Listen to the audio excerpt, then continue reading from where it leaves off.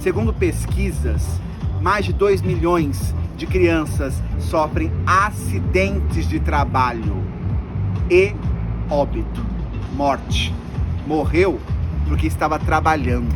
Ah, mas eu trabalho desde pequeno e não morri. O teu primeiro salário foi para você ou foi para ajudar a sua família?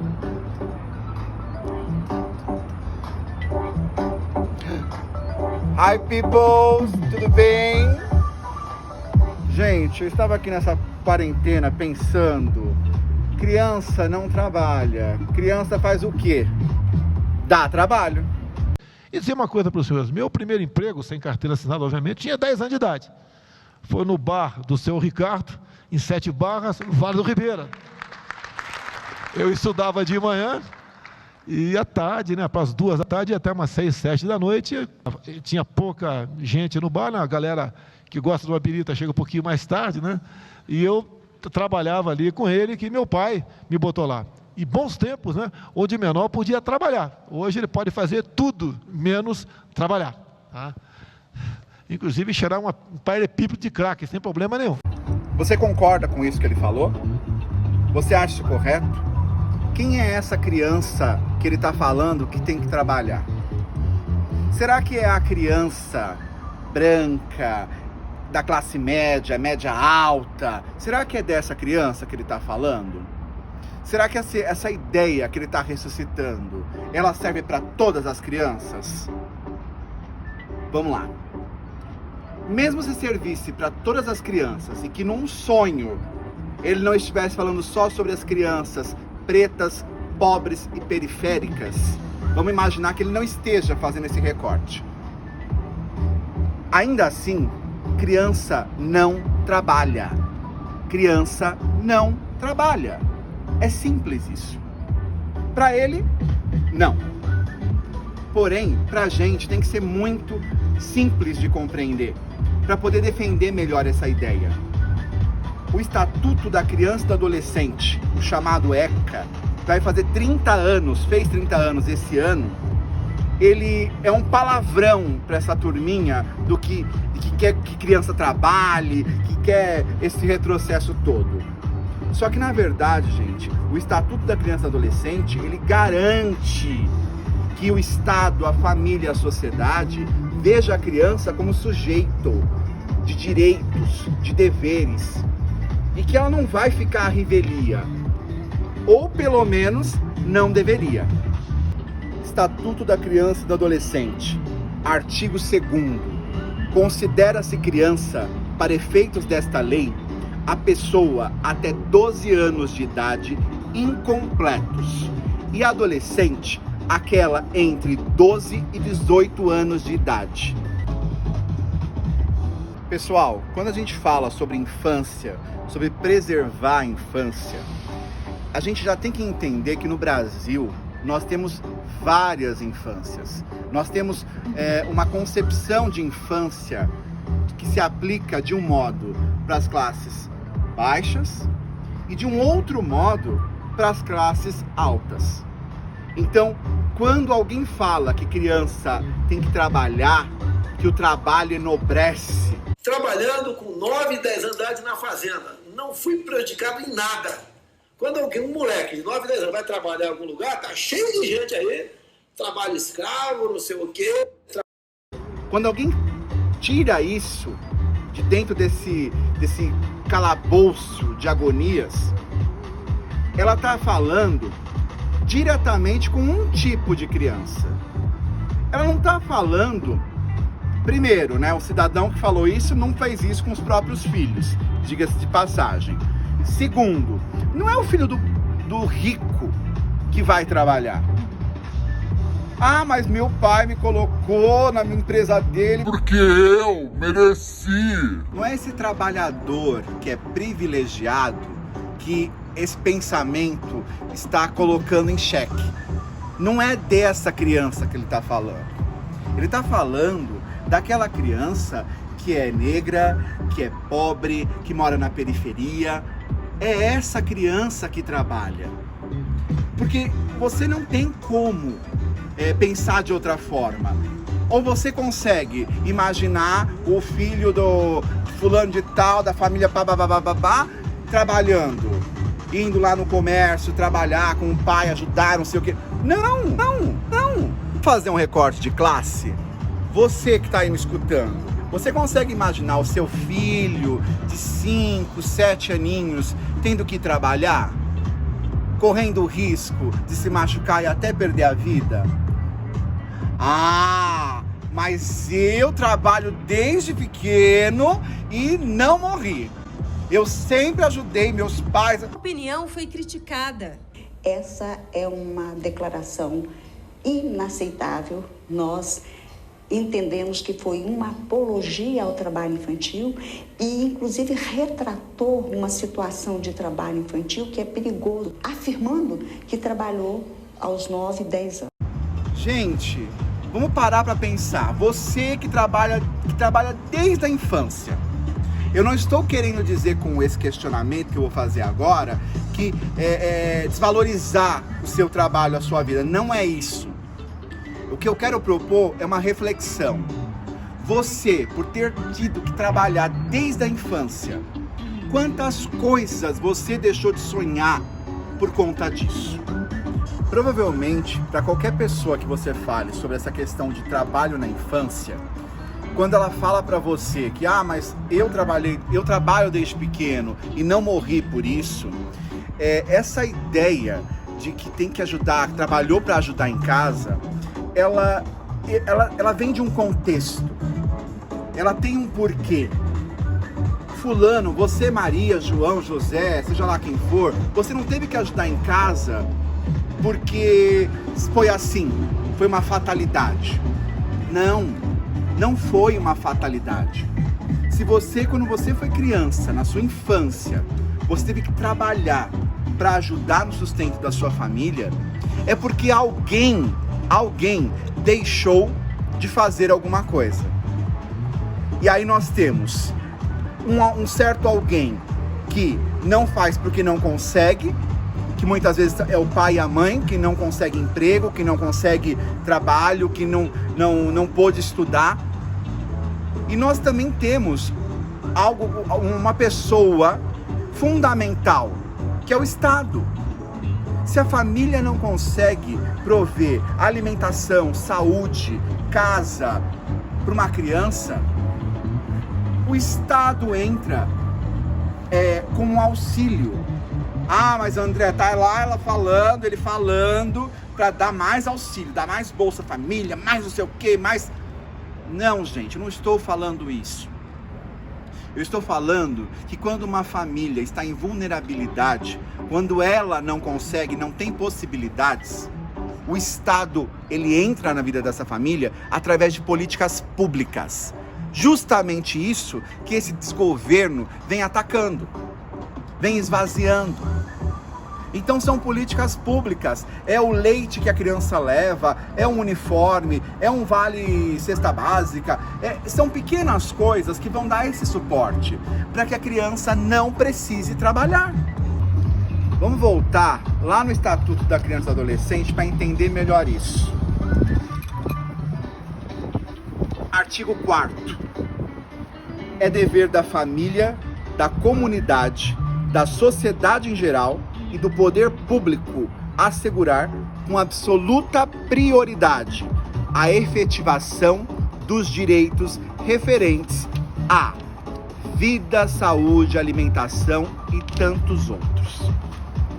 Pessoal, quando a família não consegue, não tem meios para sustentar, para manter essa criança, é dever do Estado fazer isso. O Estado não pode se omitir ou esperar que essa criança opte, tenha que optar por ir trabalhar. Porque essas famílias, muitas vezes, o que vem da criança, o salário que vem da criança, esse valor que a criança arrecada, é a base do sustento da família. Mas o pai e a mãe não querem trabalhar. Pessoal, para você que tem estudo, que teve condição mínima de estudar, é fácil conseguir emprego? Se você perder teu emprego agora, Você consegue arranjar outra assim? Agora imagina para quem a vida toda foi desenhada de um modo tão controverso e reverso. Não dá para a gente simplificar a história de vida das pessoas. Não dá.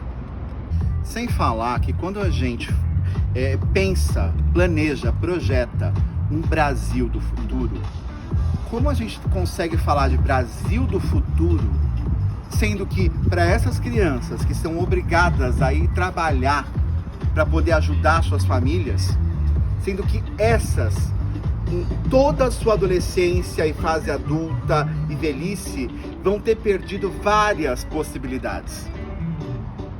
Falar para uma criança trabalhar é manter um ciclo de pobreza. É não querer que essa criança consiga melhorar ao longo da sua vida. Porque ela perde muito quando ela não vive a infância. E vamos puxar agora um outro autor, Graciliano Ramos, o livro dele, Infância. Ele diz o seguinte, num trecho dessa história: a escola, segundo informações dignas de crédito, era um lugar para onde se enviavam as crianças rebeldes. Eu me comportava direitinho, encolhido, morno, deslizava como sombra. As minhas brincadeiras eram silenciosas. Esse relato do livro Infância, do Graciliano Ramos, ele só é possível se a criança vive a sua infância, se o adolescente vive a sua adolescência. Porque são duas fases da vida humana primordiais.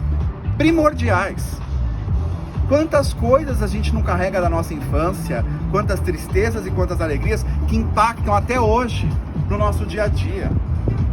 Então, sem a experiência plena de infância, não é possível garotos e garotas viverem uma escola, viverem essa descoberta que é a vida.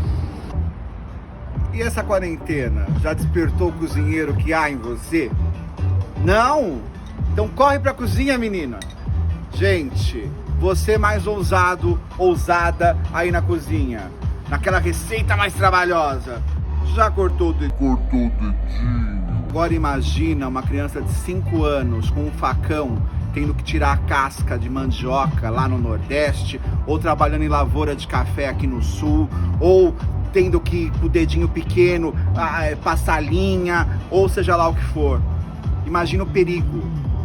Segundo pesquisas, mais de 2 milhões de crianças entre 5 e 17 anos de idade trabalham no Brasil, de forma clandestina, porque é proibido, e uma boa parte dessas crianças sofrem acidentes de trabalho e óbito, morte.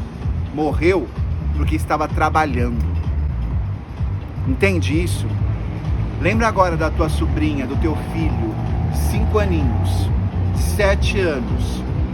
Pensa, imagina ele tendo que ir para uma carvoaria, por exemplo. Ele tendo que ir para uma lavoura, ficar embaixo do sol, carregar sacos de batata. Vamos agora para o meu amigo Gilles. Brinquedo e cultura. Vamos ver o que ele fala aqui.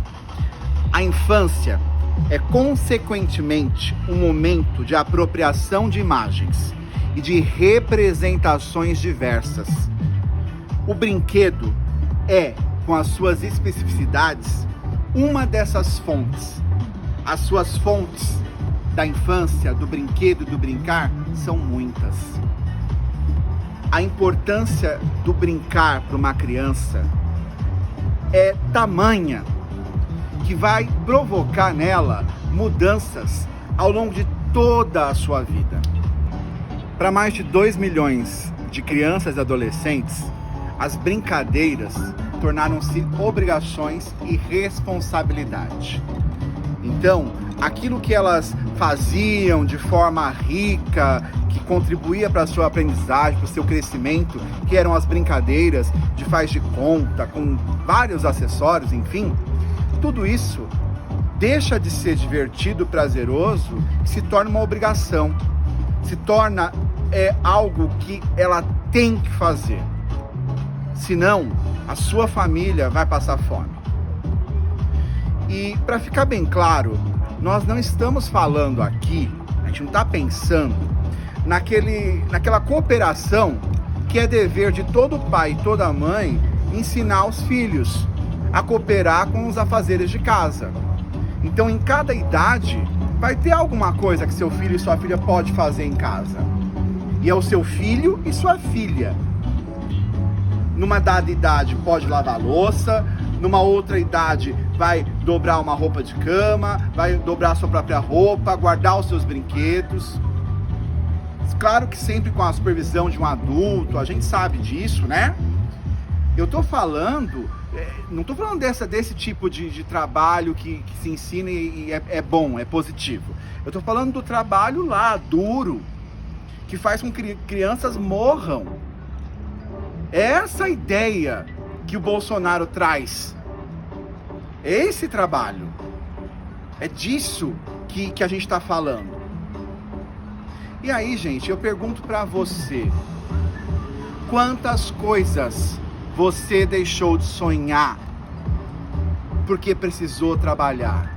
Os teus estudos que você precisou largar para trabalhar? O teu primeiro salário foi para você ou foi para ajudar a sua família? O meu foi para ajudar minha família.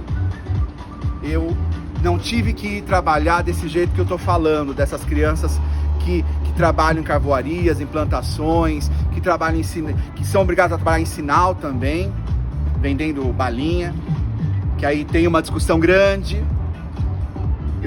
Quando eu recebi meu primeiro salário, eu ajudei a minha família. Eu tenho certeza que você também tem uma história dessa. E eu quero que você puxe isso da sua memória e pense: será que é realmente bom, nobre, criança trabalhar? Paulo Freire, Pedagogia da Indignação, Cartas Pedagógicas e Outros Escritos. Na página 53, ele fala o seguinte: o que não é, porém, possível é sequer pensar em transformar o mundo sem sonho, sem utopia ou sem projeto. Para Paulo Freire, não dava para pensar esse mundo sem sonhar, sem ter uma utopia. Na infância, nós construímos os nossos sonhos. Na adolescência, nós nos deparamos com a pluralidade de caminhos que toda pessoa tem o direito de poder alcançar. Se isso é tirado pelo trabalho, pela omissão do Estado, com a falta de políticas públicas, diante de famílias em vulnerabilidade e que são cidadãs, são famílias compostas por cidadãos. Pagam impostos, contribuem, se é essa falácia toda que você tem sobre isso. Então, se tem uma criança trabalhando, se tem uma criança deixando de ter infância, deixando de sonhar, a gente precisa começar a repensar o que está sendo dito nas entrelinhas e como a gente pode se mobilizar coletivamente para mudar isso. Fica aí a pedagogia da indignação. Você está indignado? Eu tô. Ai, bateu esse ventinho aqui do sul, gente. Para você não? Peoples, Estatuto da Criança e do Adolescente. Fez 30 anos esse ano. É mais do que necessário a gente se apropriar do que está escrito ali. Buscar entender. Você, professor, professora, você já leu o Estatuto da Criança e Adolescente? Sem ser na faculdade. Você já leu, já parou para olhar aquilo? Já parou para saber se os direitos e deveres são possíveis e como eles são possíveis? Porque se nós, que somos professores, no meu caso, e de alguns, não nos apropriarmos disso, não tem como a gente falar sobre infância. Porque lá está a definição, os direitos, os deveres, obrigações e etc. E para você que não é professor, que não é professora, os direitos do teu filho, do teu sobrinho, da tua sobrinha, estão lá. Como você faz para acessar alguma coisa que está sendo impossibilitada? Tem na lei, você tem que procurar ler a lei. Esse pessoal que quer fazer voltar o trabalho infantil, quer fazer voltar essa ideia, eles querem que a gente não entenda. Eles querem complicar cada vez mais. Que quando complica, a gente deixa pra lá. Não deixa pra lá não. Porque quando a gente deixa pra lá, é mais uma criança que está trabalhando, que está quebrando pedra, que não está sendo alguém melhor ou fazendo um Brasil melhor. Provoquei um pouquinho? Então curte, compartilha, comenta, faz essa ideia girar, faz alcançar as pessoas que pensam diferente da gente, que pensam igual, porque só com essa riqueza de debate, com essa diferença, que a gente vai conseguir provocar alguma transformação. Então vai lá, curte, comenta, compartilha.